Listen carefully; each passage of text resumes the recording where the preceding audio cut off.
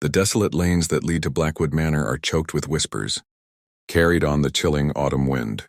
They speak of shadows that cling to ancient stones, of a sweetness in the air that belies a festering dread, and of a sorrowful lullaby that echoes from its deepest, darkest chambers.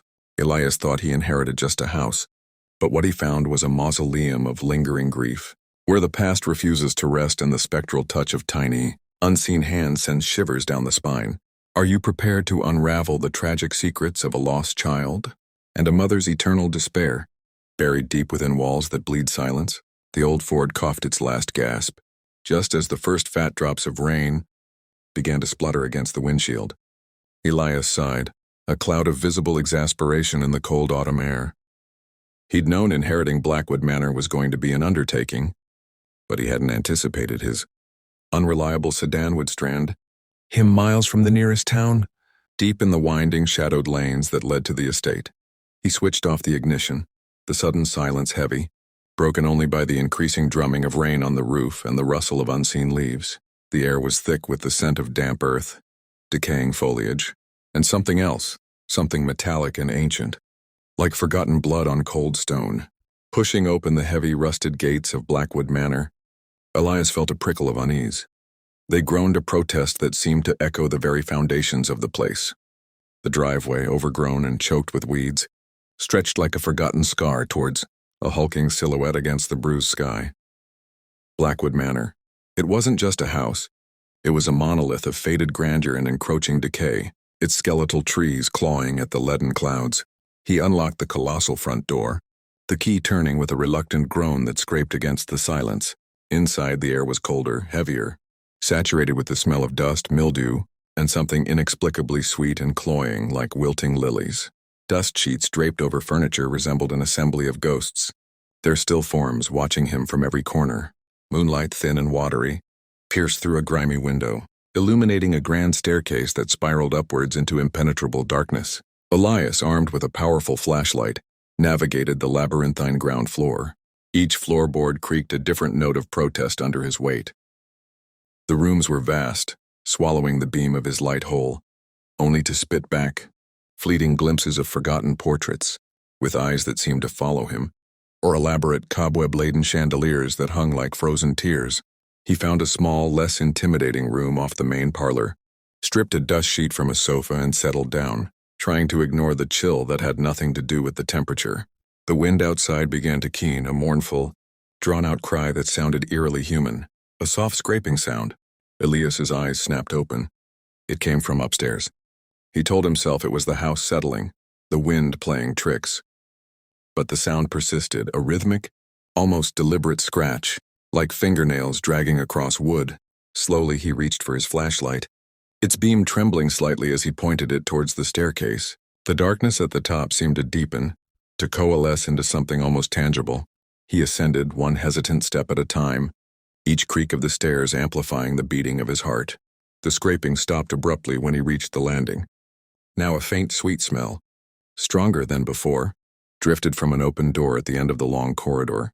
It was the sickly sweet scent of lilies now mingled with something else, something foul and metallic. Pushing the door open, Elias found himself in what must have been the master bedroom. It was sparse even under the dust sheets, but in the center, untouched by dust, was a small, ornate wooden cradle, and from within it the scent was overwhelming. It was freshly placed, as if someone had just left it there. He shone his light inside. There was no baby, of course.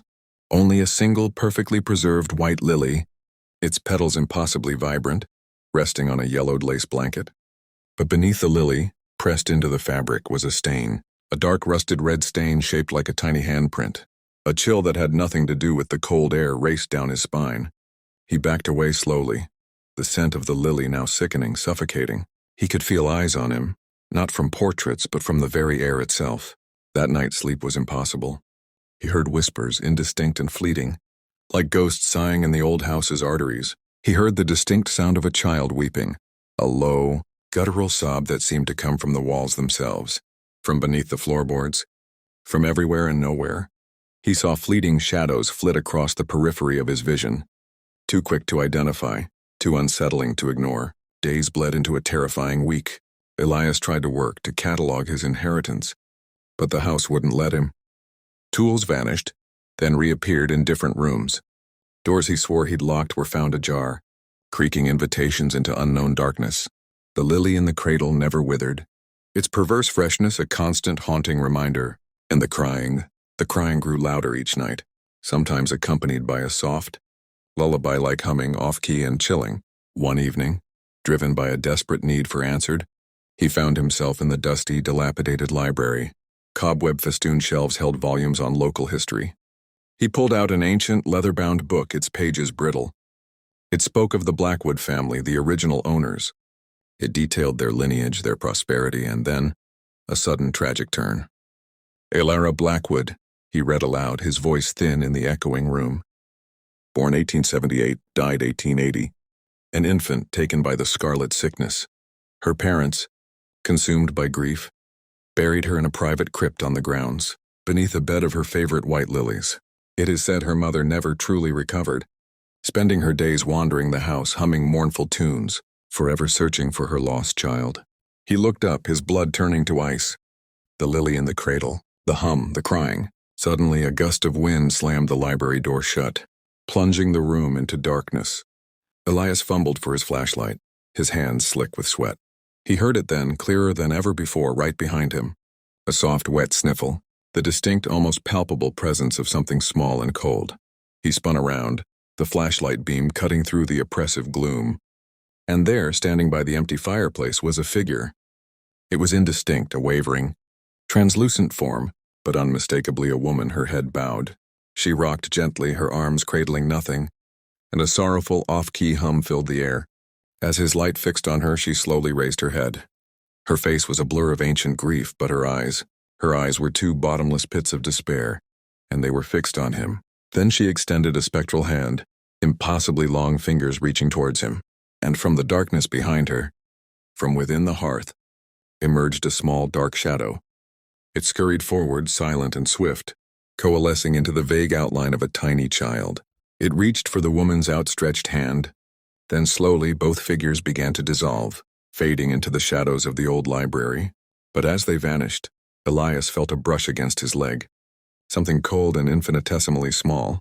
He screamed, a raw, primal sound that tore from his throat and echoed through the silent house. He scrambled backward, falling over a forgotten stool, his breath catching in his lungs. He lay there paralyzed, straining his ears. Silence, only the frantic thumping of his own heart. He eventually pushed himself up, trembling, and fled the library, stumbling through the dark corridors. He didn't stop until he was outside, the rain now a torrential downpour, washing over him, soaking him to the bone. He didn't care. He just ran away from Blackwood Manor, away from the hum, the cries, the ghostly figures, and the persistent, cloying scent of lilies. He never returned. The house stood, silent and ominous on the hill, its secrets kept. Years later, tales still circulated of strange lights in the windows, of mournful humming on moonlit nights, and the phantom scent of lilies carried on the wind, and sometimes, very rarely, a new visitor to the overgrown lanes around. Blackwood Manor would report a fleeting glimpse of a small, indistinct figure running hand in hand with a taller, sorrowful presence, deep within the whispering shadows of the ancient trees, always just out of reach, forever searching, forever lost.